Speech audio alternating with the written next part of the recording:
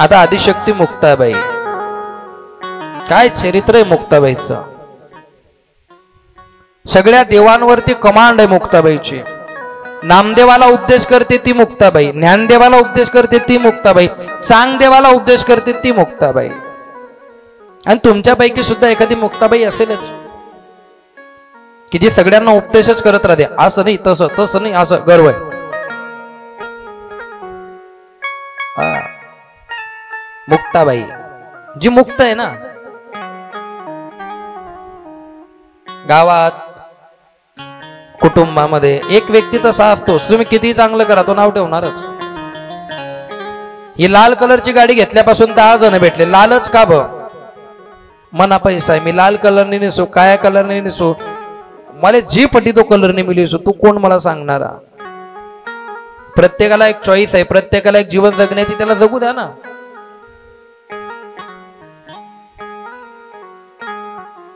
मुक्ताबाई, ज्ञानोबा, निवृत्तीनाथ आणि सोपान काका आड्या फाट्यावरती आलेले आहेत. आणि तिकडनं ते सुंदरखेड मुक्ताई परिसरामध्ये आले, जिथं चांगदेव महाराजांचं अधिराज्य होतं.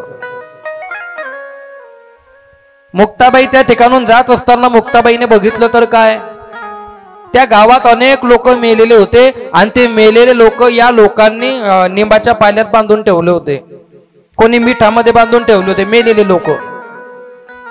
मुक्ताबाईला ते आश्चर्य वाटलं. लहानशा युलुशा मुक्ताबाई. मुक्ताबाईने विचारलं, अरे बाबांनो हे काय आहे? म्हणे हे मेलेले लोक आहे म्हणे. अरे ते तर मला दिसतंय की हे मेलेले लोक आहे, पण इथं का बा ठेवलेत? समोर बघा म्हणे कोण बसलेलं आहे. कोण आहे म्हणे? चांगदेव महाराज आहे म्हणे. हे चांगदेव महाराज आहे का? हो. आणि मग काय करताय चांगदेव महाराज? हे चांगदेव महाराज समाधीतून उठणार मग, आणि मग ते या मेलेल्या लोकांमध्ये कोणाला तरी आवाज देणार, आणि इतक्या लोकांमध्ये एक व्यक्ती उठून बसणार आणि बाकीच्यांना आम्ही जाळून टाकणार. मुक्ताबाई म्हणे माऊ कधी उठेल आता? तर त्या चांगदेवाच्या शिष्यांनी सांगितलं चांगदेव महाराज 2 महिन्याने उठणार आहे. मग मुक्ताबाईने विचारलं 2 महिने हे प्रेत असेच राहतील का? हो असेच राहतील, बांधून मिठामध्ये. मी जागे करू सर्वांना? काय बोलली मुक्ताबाई? आबा मी जागा करू? एकाला नाही सगळ्यांना.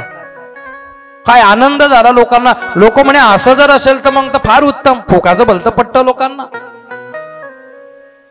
काही लोक तर आम्हाला विचारता तुमचे संत काय करता? आमचे संत लाल्या रोगाचे पैसे वाटप करता. येतो का?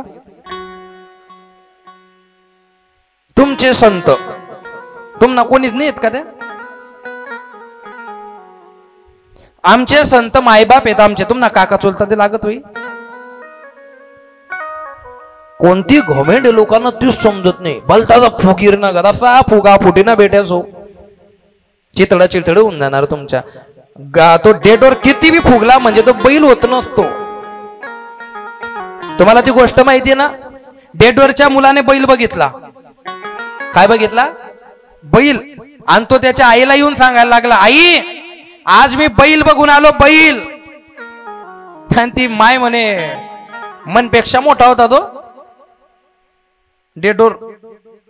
डेडोरनी माय डेडोरले सांगे मनपेक्षा मोठा होता का बैल? म्हणे हा. मन लगेच ती फुगायला लाग गई. इथला मोठा होता का? म्हणे आकू मोठा होता. आकू फुगणी ती. इथला मोठा होता का? नाही अजून मोठा होता. इतका फुगली, इतकी फुगली, इतकी फुगली.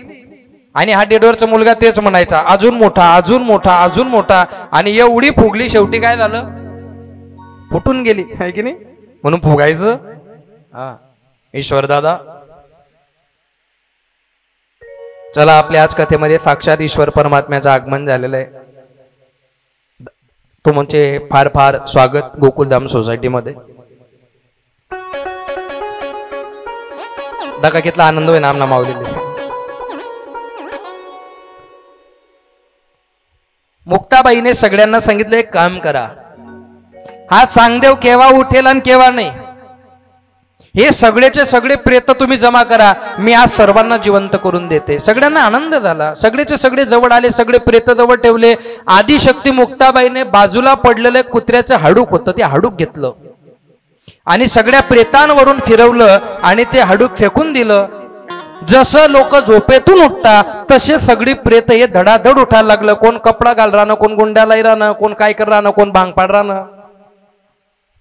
आणि मग सगळ्यांनी विचार केला की ही इतलूशी मुक्ताबाई, हिने मेलेले लोक जिवंत केले, हे साक्षात आदिशक्ती असली पाहिजे.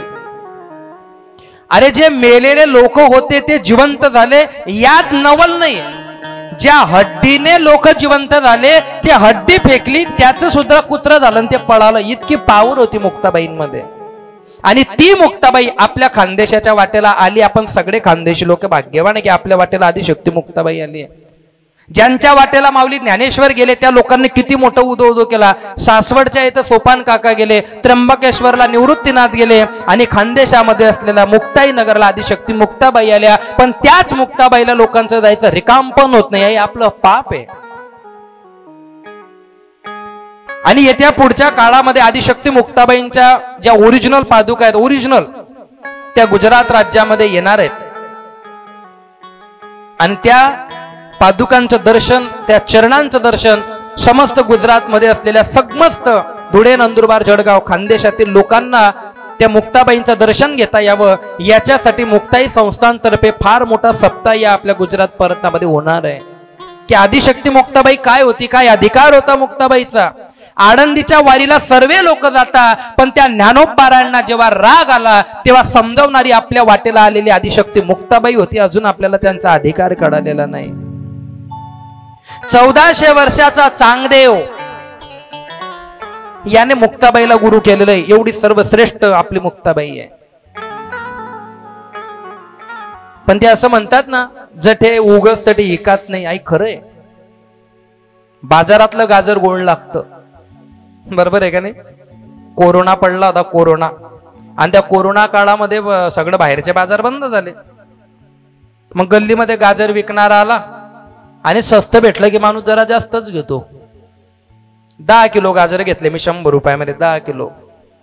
आणि ते गाजर घेतले आणि फ्रीजवर ठेवून दिले. त्या फ्रीजच्या मागे नळा होता आणि त्या नळ्यात उंदीर आणि उंदरीन नवलगीन व्हायला होतं. त्या आमना घराव आलेले होतात.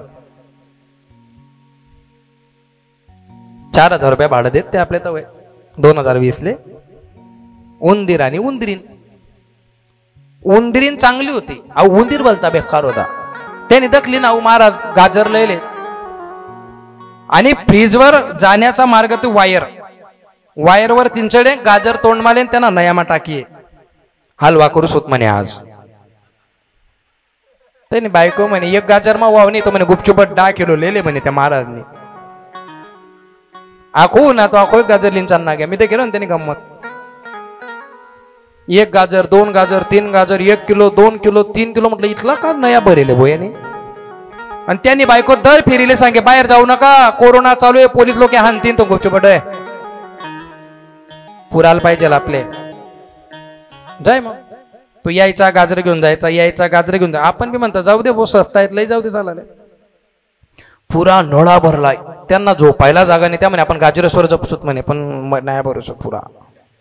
पुरे गाजर पॅक केले त्यांनी. आणि इथलंच गाजर राही ना, इथलंच. आणि ते गाजर लेवाल बी तो उन्हा. आणि जसं इथलंच गाजर लेवाले उन्हा, तथै नामनी मांजर मावशी उनी. आते आता तो तीनकडे दाखे आणि मांजर. मग तो मन माहिती इथलाच गाजर ना पाहिजे, ते जीव देणं पडी आपले. त्यांनी लगेच तिला फोन करा, हॅलो बट्टा गाजर तू खायचा जो मी ये वावणे आज घर. ती म्हणे काय वय गे, मै तेरी दुश्मन. मावशी येले म्हणे. म्हणे कोणी, म्हणे तू नी. म्हणे येऊ का बाहेर, म्हणे येऊ नको बाहेर. बाहेर येशी ना ते हलवा तर जायचं, आपला हलवा व्हायचे, ते तू तटेच थांब, सुखी राहा.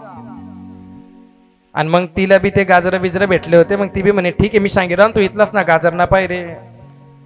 आलं का ठेव, आलं का ठेव. असं ठेवण्यामध्ये एक दिवस आहे ना, कार्ड रुपी मांजर तुम्हाला घेऊन जाईल. त्या उंदराला जाऊ नका, आटे बटा त्याच उंदरे पटेल.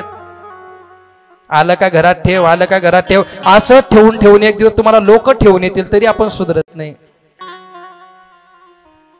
मुक्ताबाईने सगळ्यांना उभं केलं आणि सगळ्यांना घरी पाठवलं. गेले सगळे घरी. आणि मग चांगदेव महाराज 2 महिन्याने जागे झाले.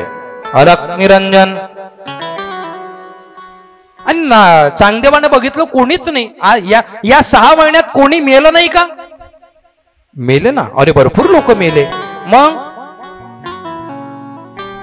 अहो कोणीतरी लहानशी मुक्ताबाई आली होती आणि तिने सर्वांना उठवलं. आता जे मोठे असतात, जे सिनियर असतात, त्यांना आपल्या मागून आलेल्या माणसांचं लवकर पचत नाही. आता जे मोठी महाराज मंडळी आहे ते आमच्या सारख्याला म्हणतात, आत्याना पोरे आमले काय शिकाडी. पण एक गोष्ट लक्षात ठेवता, ज्याही क्रांत्या झाल्या ह्या कमी वयातच झाल्या. जे नामदेव महाराजांना जमलं नाही ते 16 वर्षात ज्ञानदेव महाराजांनी करून दाखवलेलं आहे. इथं वयाला किंमत नाही. आबा 80 वर्षाचा म्हातारा आहे आणि एकादशी धर आणि अक्कल नाही. काय वयला काय करायचं त्याच्या, काय करायचं त्याच्या वयाला. आणि जर एखादं 6 वर्षाचं लेकरू असेल आणि ते कथेला येऊन बसत असेल, ते जर टीका लावत असेल, ते जर सर्वांशी चांगलं बोलत असेल, तर 80 वर्षाच्या म्हाताऱ्यापेक्षा ते 6 वर्षाचं लेकरू आदरणीयच आहे. संस्कार बोलतात. श्रावण महिन्यामध्ये भोलेनाथांचं लक्ष तुमच्याकडे आहे. तो सर्वांचा पता लिहितोय. ओ मेरे भोले के दरबार में सबका खाता है. ओ मेरे भोले के दरबार में सबका खाता है. ओ मेरे भोले के दरबार में सबका खाता है. मेरे भोले के दरबार में सबका खाता है. जितना तेरे भाग्य में होगा, जितना तेरे भाग्य में होगा उतना ही हो पाता है. मेरे भोले, ओ मेरे भोले, ओ मेरे भोले के दरबार में सबका खाता है. शिव लहरी के दरबार में सबका खाता है. मेरे भोले के दरबार में सबका खाता है. शिव लहरी के दरबार में सबका खाता है.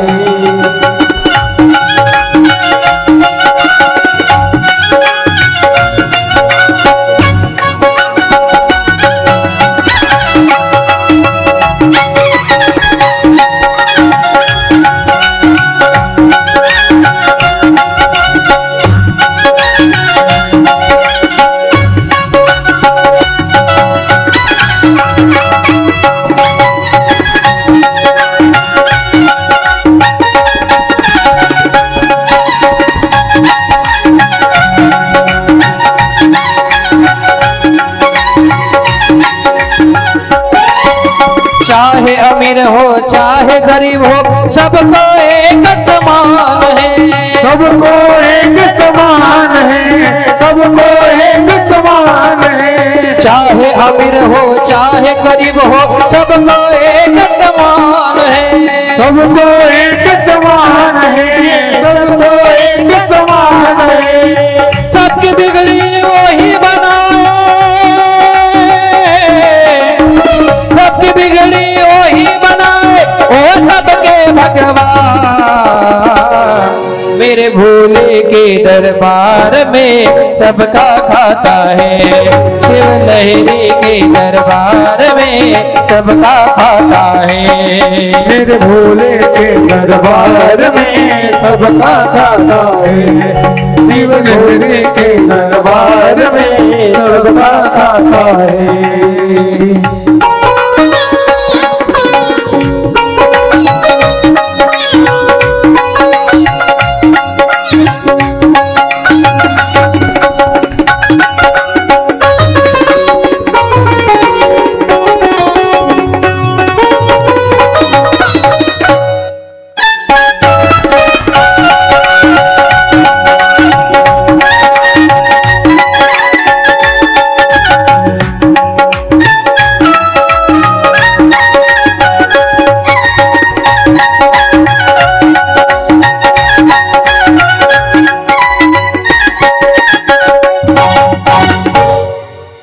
धर्म किए जा धन की चिंता मत कर रे इंसान.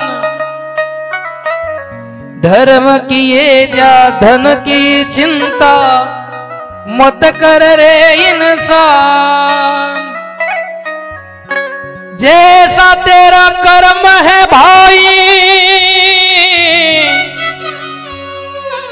जैसा तेरा कर्म है भाई, वैसा फल देगा भगवान। वो मेरे भोले के, वो मेरे भोले के, शिव लहरी के दरबार में सबका खाता है। सर्व बघतो परमात्मा, सर्व चांगलं वागलेलं बघतो, वाईट वागलेलं बघतो। हुशारी करा, तुम्ही किती शहाणपण करा, हा कर्म पेरीला आलं ते तुमचं कंबर मोडणार। या ठिकाणी मुक्ताबाईंचा चमत्कार सगळ्यांनी मान्य केला। आडे गावामध्ये आले, संत ज्ञानेश्वरांनी जो रेडा बोलवलेला होता तो रेडा तसंच बोलत होता, ओंकार ओंकार। मग त्या गावाच्या ब्राह्मणांना ते काही सहन झालं नाही। चांगली गोष्ट सर्वांना सहन होईलच असं नाही। ज्या दिवशी तुम्हाला चांगलं सहन झालं नाही आणि चांगलं स्वीकारता आलं नाही, हे पापच आहे। आणि हे तुम्हाला बोलत नाहीये, मी धर्मराजाला बोलतो, रवी दादा जुगार चांगला असतो का वाईट असतो? संपली आपली कथा। पत्ता खेळणं चांगलं का वाईट आहे? वाईट आहे ना। मग धर्मराजाला कळत नव्हतं का की पत्ता वाईट आहे? मग तरी सुद्धा धर्मराज पत्ता का खेळले? चांगल्याचा स्वीकार न होणं हे पाप आहे। चांगल्याचा स्वीकार न होणं काय आहे? गुटखा खाऊ नये हे समजतं का नाही की गुटखा वाईट आहे? ते म्हणतात दाने दाने में केसर का दम। तू एक काम कर, मी तुला 1 लिटर दूध देतो, त्यामध्ये 2 इमलना पुड्यात टाकीन, पी द काढ माल तू। केसर आहे त्या मा ते विम बार मध्ये म्हणे याच्यात लिंबू असतं म्हणे, सरबत करीन, पी द काढ बरं माले। ज्या अमिताभ बच्चनने कधी मर्सिडीज शिवाय गाडी चालवली नाही, तो अमिताभ बच्चन म्हणतो की ही स्कूटर चांगली आहे। ज्या करीना कपूरने कधी 500 रुपयाशिवाय साबण वापरलं नाही, ती करीना कपूर म्हणते की 10 वाला लक्ष चांगलं आहे। ज्या आलिया भट्टने कधी माझाची बाटली हातात धरली नाही, ती आलिया भट्ट म्हणते की माझा चांगलं आहे। या भट्टा तुमले येडा बनाई राहणार आणि तुम्ही बनी राहणार। माऊली ज्ञानोबारायांची आता फार मोठी सुंदर कथा आहे, ही ऐकून तुम्हाला आनंद होईल। संपली आजची कथा आपली। मी तुमच्यासाठी डोळे लावून बसतो। काही इथला खतरनाक आहे, दुपारले गप्पा मारणार तात्या, अहो आपला महाराज ना म्हणे कथा कारण टाइमले जप काढलेस म्हणे। अहो आता म्हणजे मी बस नाही राहू गाडे, कितला बेकार आहे चाला लोक। आणि मला एक अनुभव ना बरं का चेतन महाराज, तुम्ही कधी गया कापिण्यास ना रक्त फेकी द्या तरी त्या म्हणतील गयानं रक्त नाही लागवत, आपले पोटमानं लागवत। इथला बेकार आहेत लोक आणि या लोकांच्या नांदी, चांगल्या माणसाने लोकांच्या नांदी लागायचं नसतं। नाही नाही नाही नाही, त्यातनी लायकी आहे का? जो ओरिजिनल इंसान आहे ना, जो ओरिजिनल साधू आहे ना, जो ओरिजिनल कर्तबदार आहे ना, त्याने म्हटलं पाहिजे की हा व्यक्ती चांगला आहे। ज्यातले भांडा लाईन दरवाजा लाईन ज्या भांडा असतात त्यांनी कधी म्हटलं आमले कथा पट्टीने राहणे, अरे तुनी लायकी आहे का? तू कोण आहे? तुला कोण विचारते मला सांग ना, कोण आहे तू? चांगल्याने चांगल्याला चांगलं म्हटलं पाहिजे। आणि हे कथा असल्यामुळे तर मी खूप आवरून बोलतो। मी कीर्तनात मला सापडला नाही एखादा, मी त्याचा पोस्टमॉर्टम करून टाकतो। भले माझ्याशी नका बोलू तुम्ही, काय हरकत नाही। माझ्या जीवनात मी कधी कोणाची स्तुती नाही, कोणाची तोलतोल नाही। मला तुमच्याकडनं अपेक्षा नाही मानापानाची, तर त्याच्यामुळे तुम्ही माझ्याकडनं करू नका। तुम्हाला नाही पटलं 4 फूट दूर राहा माझ्या। तुम्ही काय सासरा नाहीत म्हणा, काय भाऊबंद नाही आहेत, काय नातेवाईक नाही आहेत। मी साधू आहे, तुम्ही सज्जन आहेत, तर नातं पुढे जाईल, नाही तर ते जमणार नाही। फार फार तर काय होईल, चल भाऊ महाराज आपले काय चालवणे, आपण दुसरा महाराज जायचो, फार आनंदाची गोष्ट आहे। त्याच्यामुळे परमार्थ करत असताना बुद्धी शुद्ध करा, परमार्थ करत असताना अंतकरण शुद्ध करा, परमार्थ करत असताना वाणी चांगली करा, आणि ती चांगली नसेल जपी राहा। काय नाटक करायचं रिकाम? तो रेडा वेद बोलायला लागला आणि ते ब्राह्मणांना काही सहन झालं नाही। अरे माणसांना वेद बोलायचा अधिकार नाही आणि आता रेड्याच्या मुखातला वेद आम्ही ऐकायचा का? बंद करते नाटक. ज्ञानेश्वरांनी सांगितलं महाराज जरा हळू बोला ना. अरे या रेड्याला तू वेद बोलायला लावतो मूर्ख. ज्ञानोबारायांना मूर्ख म्हणतोय तो, ज्ञानोबारायांना.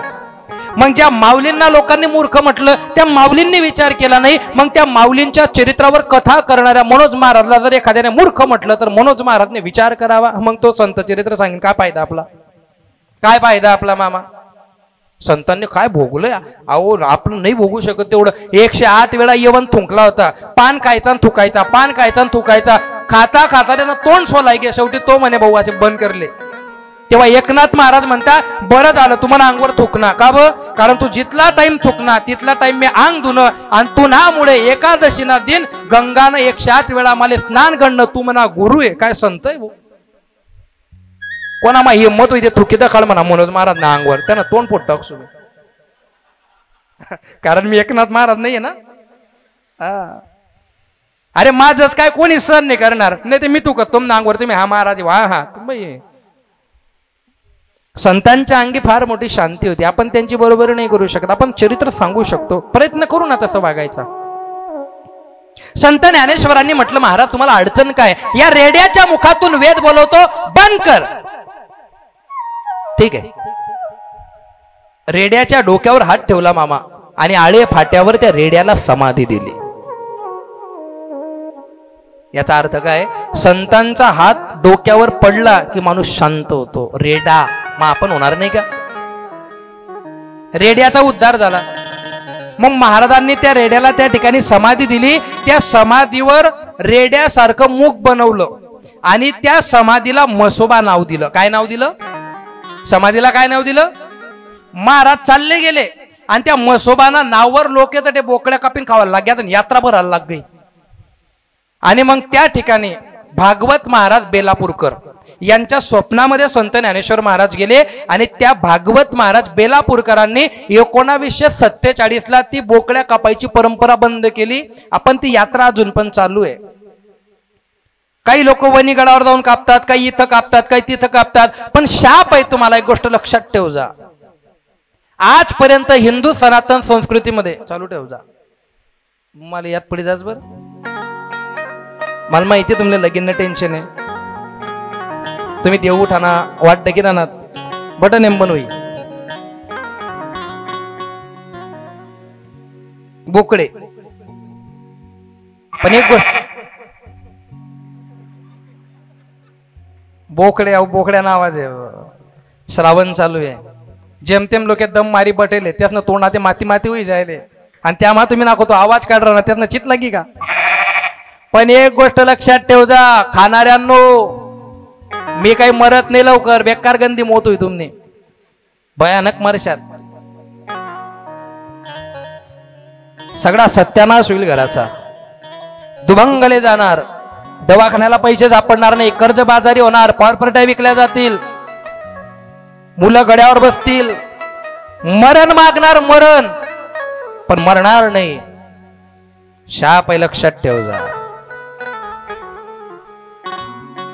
मग हे बोकडे कापायची परंपरा गडावर कुठून आली. अहो ज्याला बोकड खायचं बंद करायचं होतं त्याने बोकड घ्यायचं वणीच्या गडावर सोडून द्यायचा. याच्या पुढे आम्ही आता बोकड खाणार नाही म्हणून तो बोकड घेऊन तिथं जाऊन सोडून द्यायचा. ही परंपरा होती. या तठ्या जाईन कापिसन खावायला उन्हात.